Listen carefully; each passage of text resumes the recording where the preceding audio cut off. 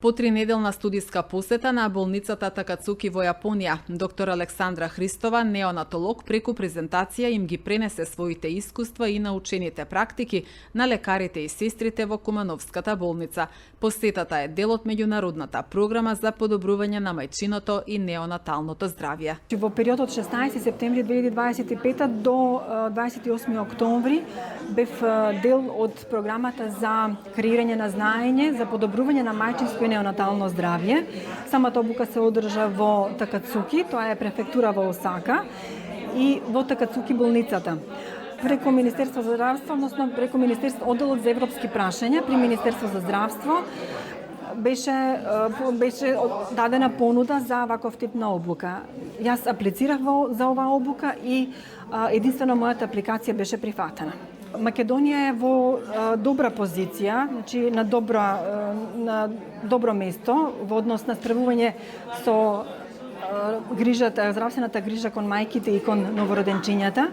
Имаме многу ниска стапка на новороденечка смртност, имаме многу ниска стапка за на материнална смртност. Така да во принцип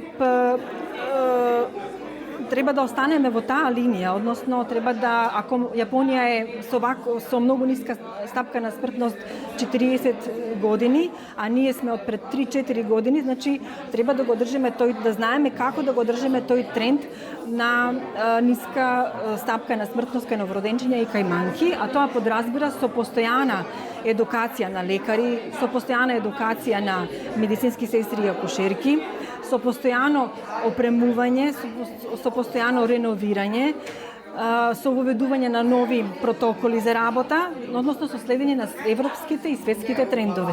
Подобри сме во ратата за вакцинација со ХПВ вакцина.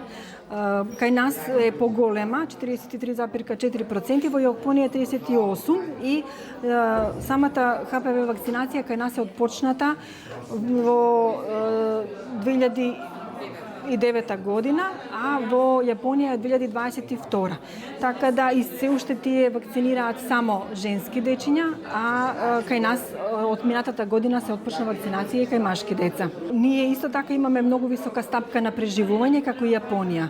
Но нешто што немаме воведено, односно имплементирано, тоа е неонаталната, тоа е програмата за новороденечка развојна грижа, која што треба да се имплементира во интензивните неги во нашите родилишта. И оттаму да почне да се воведе семејството во интензивните неги, да се воведе мајката, да се воведе таткото во единицата за раст на самите новороденчиња и понатаму третманот и согледувањето на развојот на тоа новородено да продолжи во домашни услови.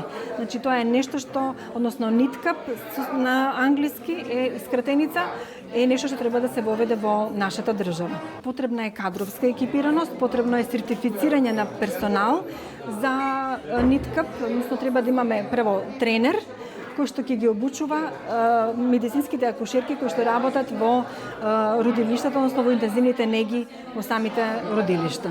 Недостатокот на специјалисти анестезиолози не постои само во нашата држава, постои во Јапонија. Со таа разлика што во Јапонија се како проблемот со недостаток на анестезиолози го решиле на таков начин што одреден број на колеги гинеколози акушери биле подвргнати на обука за давање на спинална анестезија.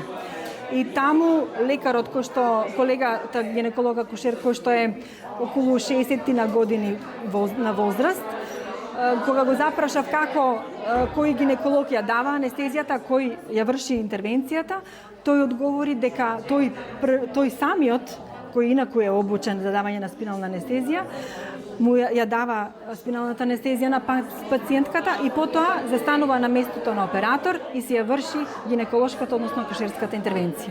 Тие сакаат да работат. Значи сакаат да не постои недостаток во ништо. Значи да не се чувствува дека пациентот е незгрижен и дека треба да се препраќа пациентот во некоја друга установа. Се е покриено до 18 годишна возраст, сите услуги здравствени се бесплатни, без партиципација. И породувањето е бесплатно. И уште нешто што би сакала да кажам, како една идеја за за зголемување на ратата на раѓање во нашата држава. Во Јапонија е имплементиран еднократен надоместок од околу 500.000 јени, тоа се 178.000 денари за раѓање на бебе, на мајката. Така да како идеја мислам дека не би било лошо да се воведе во нашата држава.